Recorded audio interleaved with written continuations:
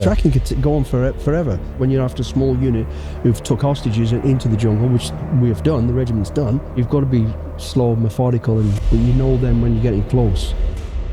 Is there a story that stands out for either of you that, like, when you was actually on duty where tracking was like vital, like became like, was in particular tracking though was that thing that like kind of either got you out of a sticky situation or helped you with a mission? Not from a military point of view, because I was always very, very disappointed that we went and we did these tracking courses isolated in the jungle, and it was never really embraced by the military units when you got back, and it was always quite a frustration. We learnt this skill, but where are we going to sit in the orbit of the unit, of the battalion?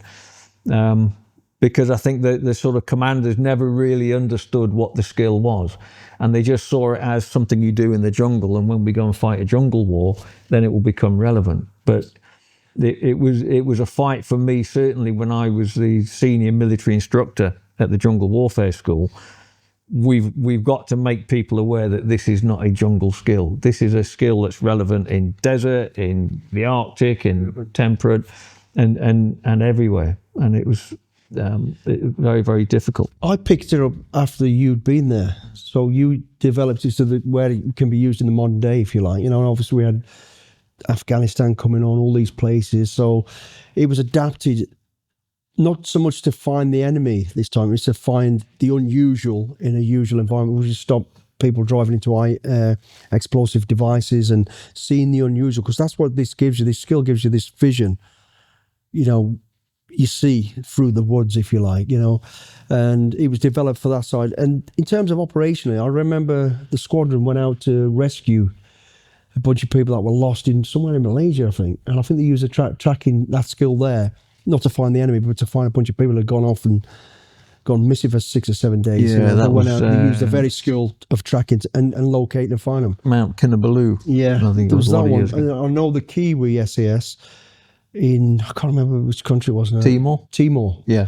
They went in against a bunch of, you know, terrorists or whatever, and got a result of finding them and taking them out. So it is still used, but used more in the latter, in the current situation in places like Afghanistan and Iraq to find IEDs and find weaponides and all that sort of stuff. But it's also used a lot that people never talk about in the modern day with the police. You know, we got a friend who's one of ours who worked with Greater Manchester Police and solved murders where they found bodies hidden in dustbin containers buried dropped into a lake, and they were able to track it by the signs of over a golf course, believe it or not.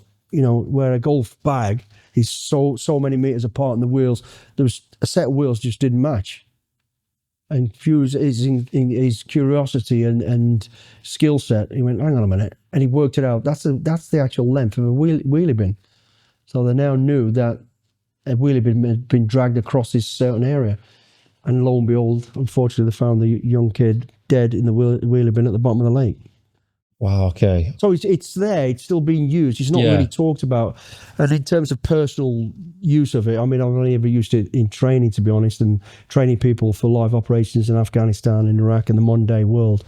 But there are people who have used it, and with the results that it produces. Quick interruption from this Billy Billingham interview.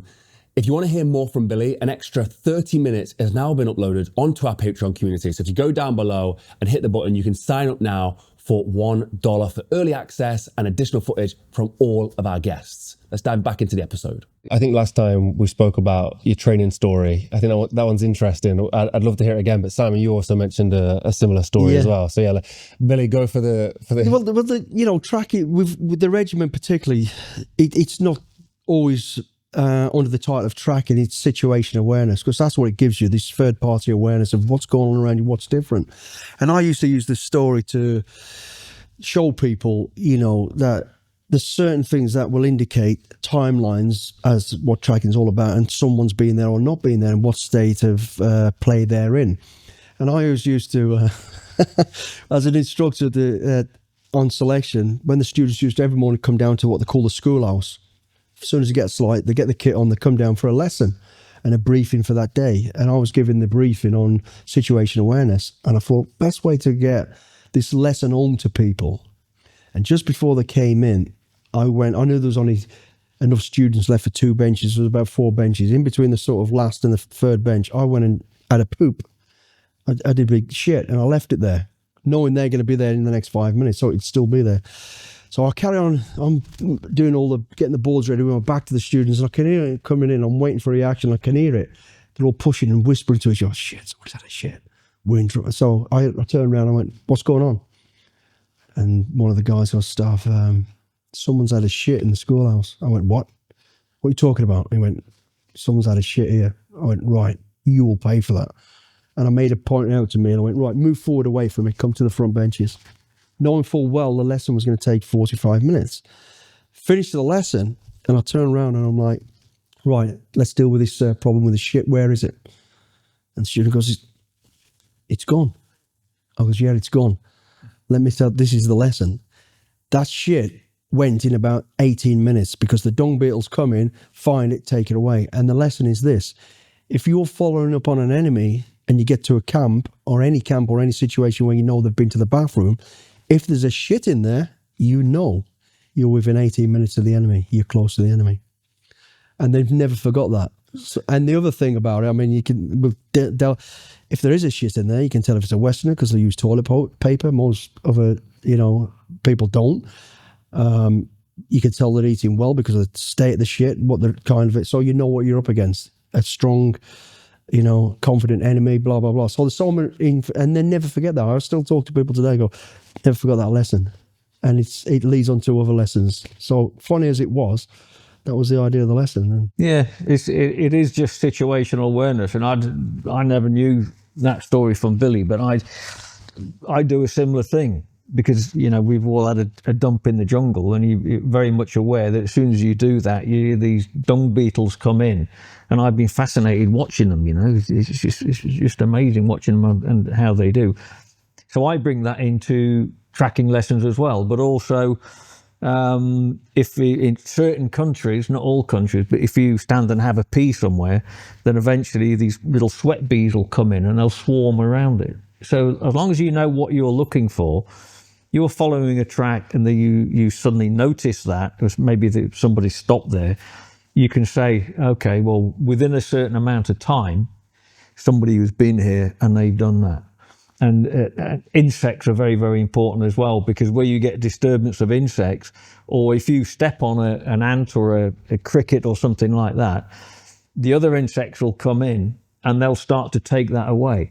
So there's a real indicator now that what we call hot sign or hot spore.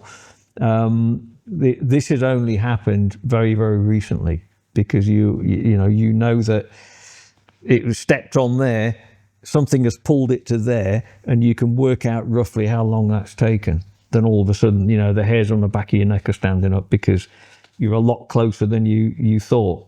So there's so much that goes on that you are attuned to and you're looking for, and insects and stuff like that, and then toiletries stuff. You're looking for that the whole time. So these are little gems that you can pass on to others that they would not have occurred to them. But it's only over experience and a periods of time that you pick that up and you go, bloody hell, never thought about that. So that's now part of my sort of knowledge to pass on. And you build it up over time. That little thing like that will always bring you back to it and make you remember it. I remember when we used to get taught lessons in the parachute regiment, and some of the lessons are boring. Even a first aid lesson can be boring. And about 3/4 away through the lesson, there'd be like a split second of porn, and you'd be like, "Did I just?" And everybody's looking at you going, "Did I just see some bloke doing something there?" Yeah. For half a second. Even now, I can still remember it. I remember that it was about stopping bleeding. So no, every time I think about somebody bleeding, I think of porn. but do you see what I'm saying? That little shock moment. And I think those lessons are brilliant. And particularly here, because this is, it's the old people go, that old Tonto skill. It's a slow, but there is, good. It's a fantastic skill, obviously, and that's what we're talking about it. But you'll always remember certain parts, important parts because of that. when you Yeah. because when you're getting close to the enemy, you need to be on your toes. You need to be ready. And you've had long days, go searching for the enemy in the jungle can take months. And it's easy to get tired and get complacent, and then bang, you have to be sharp enough to go boom. Have you tracked for months? Yeah. Tracking could go on forever. If you're looking for a sort of big enemy, it's probably not going to take months. But when you're after a small unit who've took hostages into the jungle, which we have done, the regiment's done, it can take a while. Because you can't compromise it. By compromising, they're going to just kill what you're going after, your hostages, and go.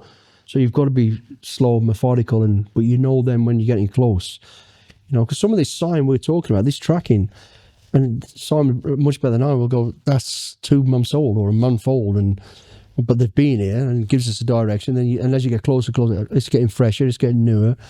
It's all that build up and all that knowledge and experience.